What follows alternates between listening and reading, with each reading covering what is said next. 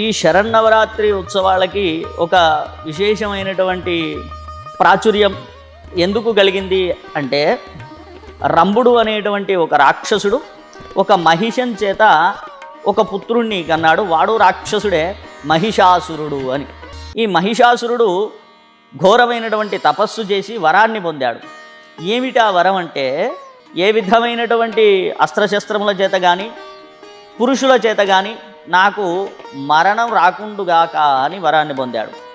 స్త్రీలంటే అల్పశక్తివంతులని వాడి భావం. ఆ దురహంకారంతో కేవలం పురుషుల వల్ల నేను సంహరించబడొద్దు అని వరాన్ని కోరుకున్నాడు.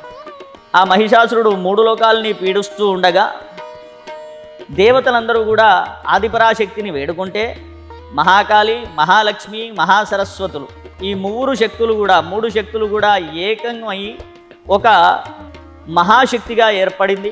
ఆ ఏర్పడిన మహాశక్తికే దుర్గా అని పేరు. ఆవిడకే చండీ అని, చాముండా అని, దుర్గా అని పేరు. ఈ మహిషాసురుడితో దుర్గాదేవి 9 రోజులు పోరాడి 10వ రోజు నాడు విజయాన్ని పొందింది. కాబట్టి నవరాత్రులు, ఈ శరన్నవరాత్రుల్లో ఈ 9 రోజుల్లో అమ్మవారు ఆ రాక్షసుడితో వివిధ రూపాలని ధరించి యుద్ధాన్ని చేసి దశమి నాడు విజయాన్ని పొందింది. కాబట్టి విజయదశమిగా మనం ఆచరించడం అనేది వస్తూ ఉన్నది.